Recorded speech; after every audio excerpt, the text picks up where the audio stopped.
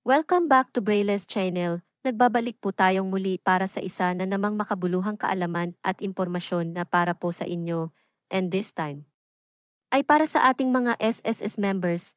Nabalitaan niyo na po ba ang nakaambang na pagtataas ng ating SSS contributions? Alam niyo po bang nasa 15% ang itataas nito simula sa January of year 2025? Tama ba ito? Kahit walang pagtaas ng ating sweldo. Paano na? Ano nang mangyayari sa ating manggagawa?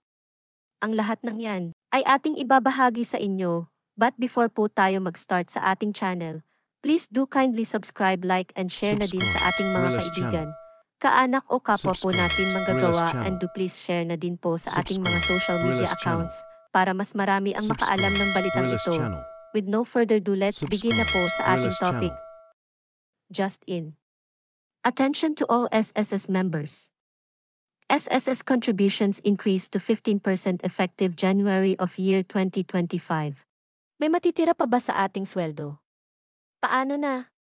Ang buong detalye alamin kung maalaala niyo po last SSS contribution natin. Ito ay pumapalo lang sa 4,000 minimum salary credit or 30,000 maximum salary credit or equivalent to 4,230 maximum contributions.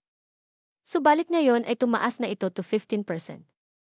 Lumalabas na ang minimum salary credit is 5,000 pesos na at ang maximum is 35,000 pesos or equivalent to 5,208 pesos. Last December 19 ay inilabas na ng SSS ang bagong contribution table na magiging epektibo ngayong January. As per Circular Number 2024-006, ito na ang bagong table ng lahat ng employee at employer o sa manggagawa natin. At ang para sa lahat ng kasambahay ay sakop ng Circular Number 2024-007. At ang lahat ng mga self-employed ay sakop naman ng Circular Number 2024-008. Ang lahat naman ng ating mga voluntary o mga non-working spouse ay sakop ng Circular Number 2024-009. At ang lahat ng ating mga overseas Filipino workers o mga OFWs ay sakop ng Circular Number 2024-010. Lahat po ito ay tumaas ng 15% kaya asahan po natin na magiging mataas na ang ating deductions by next year. Ang tanong, may masasahod pa ba ang ating mga manggagawa kung susumahin po natin base sa minimum wages ngayon? Ito po ay pumapatak sa 645 per day. Kung sa loob ng isang buwan ito ay aabot sa 14,190 lamang. At kung susumahin po natin ang ating mandatory deductions, tulad ng SSS na tumaas na at ito ay aabot sa 700 employee share, plus ang Pag-ibig employee share of 4% amounting to 567.60 at ang PhilHealth share of 5% amounting to 750.50. Lumalabas na ang monthly net pay po natin ay aabot lamang sa 12,212.90 pesos. Hindi pa po kasama dito kung may iba pa kayong deductions, at kung sa kinsenas at katapusan umaabot lamang sa 6,106 pesos point 45 ang ating maiuwi. Sobrang liit na niya, hindi po ba? Paano pa natin ito pagkakasyahin sa sobrang mahal ng bilihin at gastusin sa pamilya natin ay hindi po talaga ito kakasya. Kaya madalas ay umuutang pa tayo para matugunan ang lahat ng ating pangangailangan.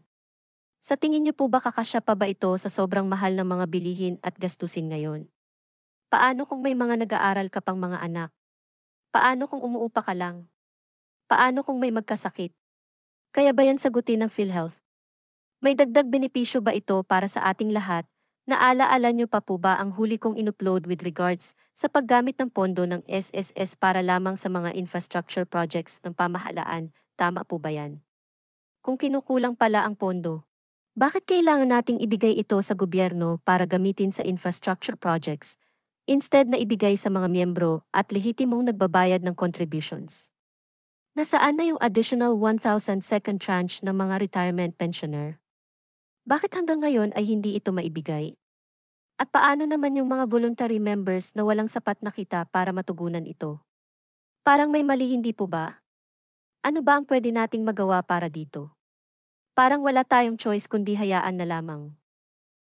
Sa inyong palagay, tama po ba ang pag-increase ng ating contributions pwede po tayong magpahayag ng ating damdamin at saloobin sa nakaambang pagtaas ng ating contributions. Sana ay taasan nila ang sahod ng mga manggagawa para makasabay din sa agos ng buhay. Disclaimer lamang po, ito po ay isang opinyon lamang at walang kinalaman sa anumang pagtuligsa, kundi para lamang sa kapakanan ng ating manggagawa. That's it.